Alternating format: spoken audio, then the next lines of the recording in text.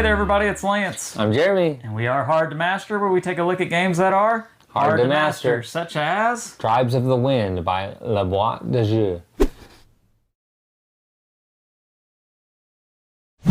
Tribes of the Wind is a puzzly type of game that's got several different mechanics at play. There's some hand management, tile laying, contract fulfillment sort of things, in-game goal fulfillment, let's put it that way.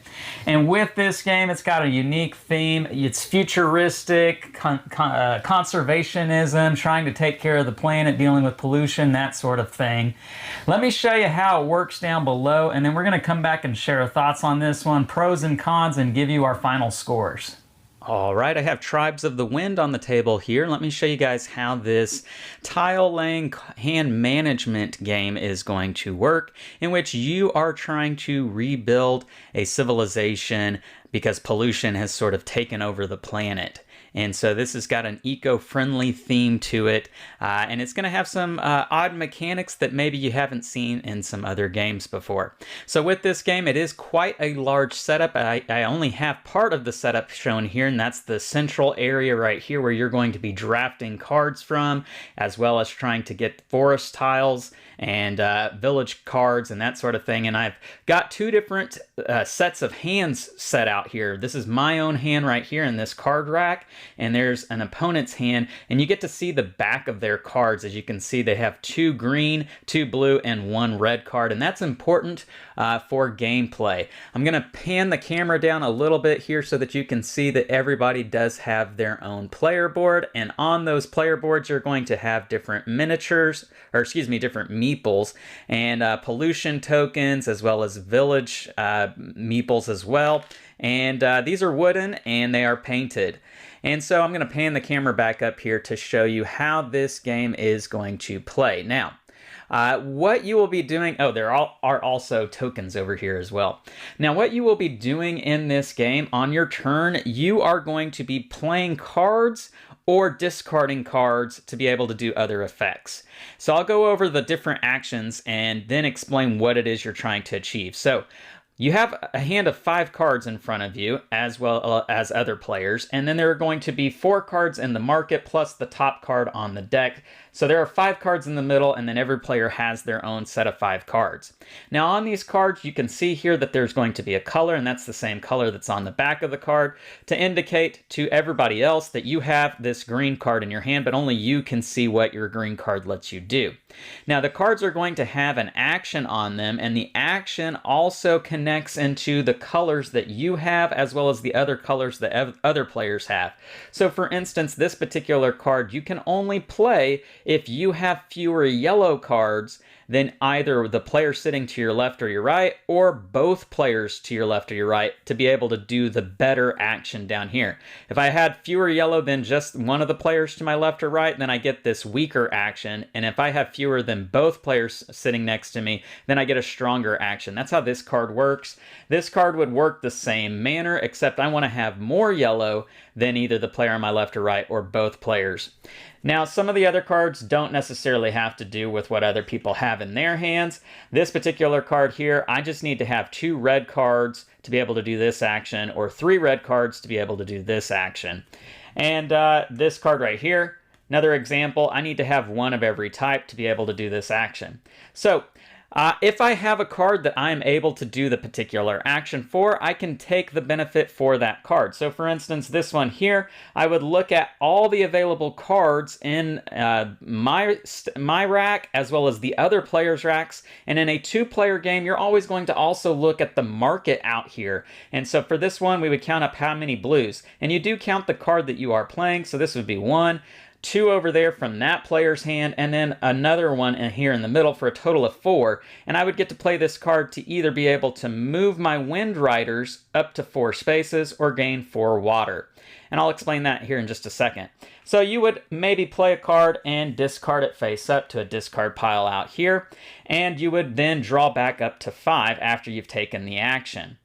That is one particular thing that you might do. Another possible thing that you might do is if you had cards that you didn't want to play, you could take 3 cards, discard all 3 of them to be able to place one of your temples. And when you place a temple, I'm realizing you can't even see that, so I'm going to pan back down here. Temples are these tokens right here, and whenever you discard those 3 cards, you would get to play one of these temples to one of your forest tiles. Everybody's going to have a forest tile that starts here in the top left, and that's your starting tile. It also tells you what starting resources that you will get at the beginning of the game. It tells you player order as well. You'll randomize these up and hand them out to determine who gets to be first. But these temples you'll want to have out here to be able to get their extra benefits notated here on your board. And so that's one other action that you could do on your turn, is to discard those 3 cards like I just said. And again, you would draw back up to 5 to end your turn. Now, what is it that you are trying to do in this game? Well, you are trying to be able to get these forest tiles, because when you take an action that lets you be able to play a forest tile, so for instance, this particular one right here says I can spend 5 water to be able to play a forest tile, you would draft one of the tiles that are available to you out there in the market. So for instance, maybe I take this tile right here, and it is a green tile, and that's important because one of the things that are on each person's board is a pattern that you are trying to make somewhere on your board. So for instance, I want green, yellow, yellow, purple, green, and you can start that anywhere on your board. And if I had this tile and I placed it right there, I could go green, yellow, and now I need to get another yellow, purple, and green to be able to complete this pattern right here. And when I do that, I gain one of these bonus cards over here set off to the side, which is going to give me extra actions that I can do on my turn, extra benefits, and I would just tuck that on the side of my board here to show that I have completed that. Now, that's one possible thing that you are trying to do throughout the game, is to get these forest tiles to be able to put them on your board. And then once you have them on your board, you want to try to get these wind riders that start over here in the top corner of your board, move them down using that wind rider action, which is this yellow action right here. I get to move up to 3 spaces of wind riders. And once I have enough wind riders on a tile, and you can see here this one has space for 2 wind riders. Once I have enough there, I can use my action on my turn to not play any cards, not discard any cards, but to send these guys back to my capital and flip this over to show that I have turned that forest into a village. And I would get to put one of my village tokens on the space there. As you can see, there's a dotted line space here to place a village meeple, and I would have a building on that particular tile, and you can see the buildings that are denoted, they're grayed out here. This is a catapult, and whenever I build a village here, I get to fling my wind riders anywhere I want on my board. That's the benefit for having built this. However, there is a drawback. That little icon right there says that I would have to put more pollution. That's what these little guys are. More pollution on adjacent spaces that don't have tiles already on them. You do want to try and clear out the pollution that's on your board here, because you cannot build these forest tiles and turn them into villages until you clear off all the pollution that is on a particular spot. And you can see that the marker right there tells you that certain spots start the game with pollution on them. And so you'll want to clear out pollution. You'll want to get water so that you can put forest tiles down here. And then you'll want your wind riders to be on the spots where they're notated on the forest tiles to turn them into villages. And when you do that, you do get to gain one of these cards. Let me pan back up at the top here. One of these village cards out here to be able to either gain victory points at the end of the game. So for instance, I want to cover up all of the nuclear plants on my board. You'll see here that there are spots that have nuclear plants printed on them in the background. I'll want to either cover all of those up to get the 10 points at the end of the game, or I can get an immediate benefit. I get to take off one of those pollution tiles, plus move my wind riders up to 4 spaces. And if I choose this side, then I'm going to tuck it underneath my board, or excuse me, if I choose the victory point side, then I am tucking it on the left side of my board here, showing that I'm saving that for victory points at the end of the game. So that's the gist of what you're trying to do in this game. Hopefully that all makes sense. You do refill the market when cards or tiles are drawn. As I mentioned, you refill your hand back up to 5 every time at the end of your turn that you've played cards. And then the game is going to end once somebody places their 5th village token out on their board. And when someone does that, they will get to take this token and they'll receive 5 points at the end of the game. And then you'll play one more round and see who has the most points. You're going to get points for anything that has the star marker on it. Anything, if you got 5 points for being the person who ended the game, 3 points for every village that you were able to build, and then these temples out here, they're going to give you a number of points depending on how many that you got out here.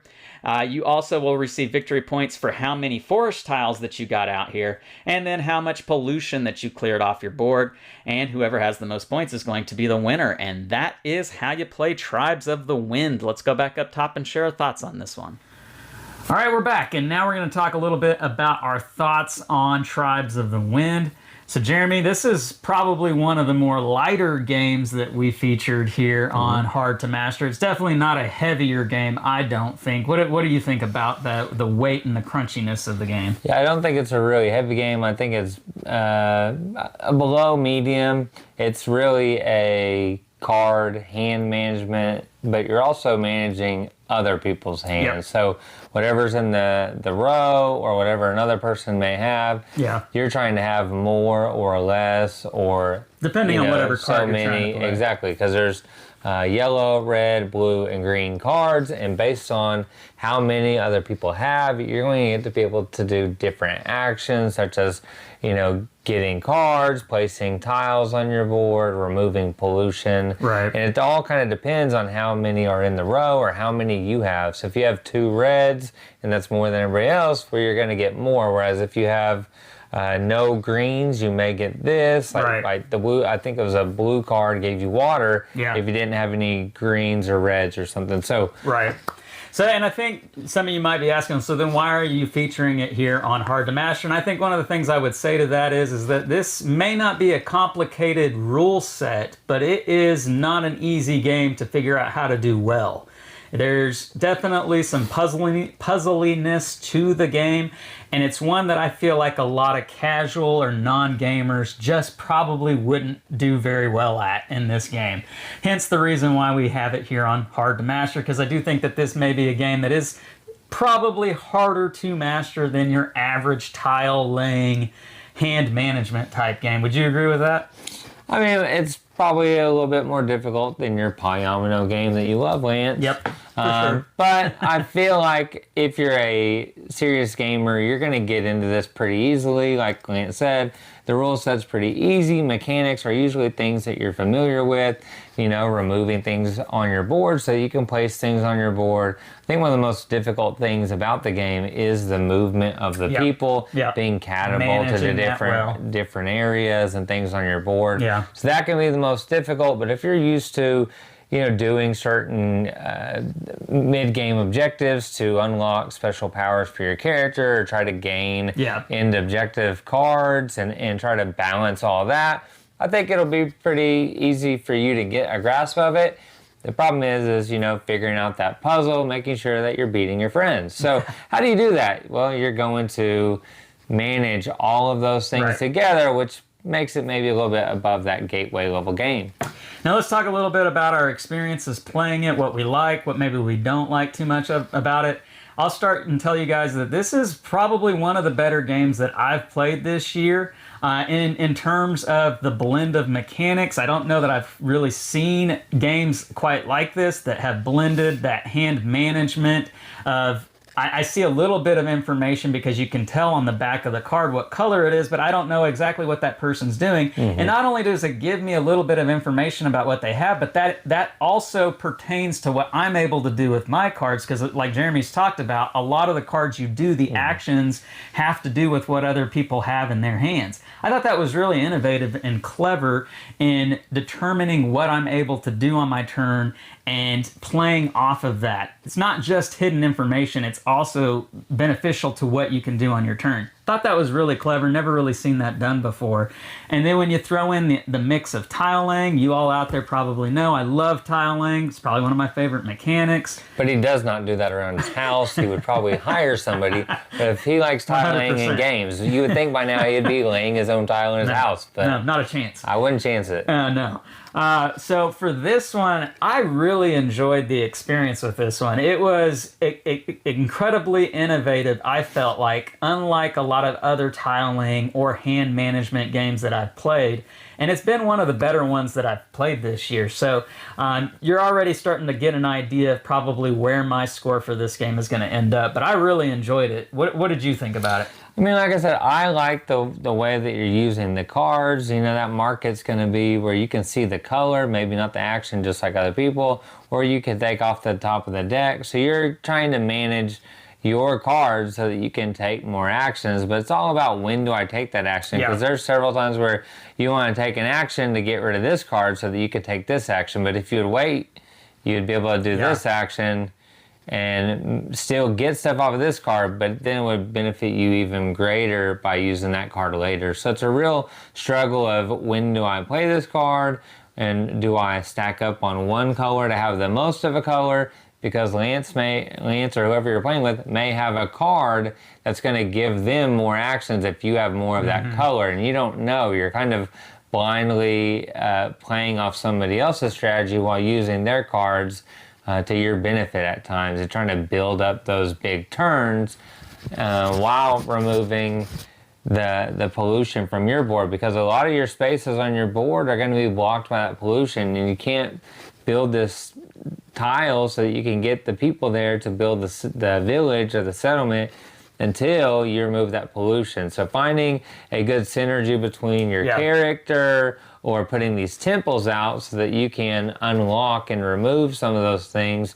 There's a timing element to the game where you could benefit a little bit now, but finding the right time where you can maximize those benefits of the time. And so things like that in games I like, and having to solve that puzzle so that I do better than my opponents is always good. And this gives you a lot of those options where it's not just the cards, it's also your board as well, where you're moving the little, I mean, I like to think of them as bee people, but I don't know. They're just yellow little meeples. I feel like they're little hives or something move around the board. The wind riders. There you go. The bee people, I call them.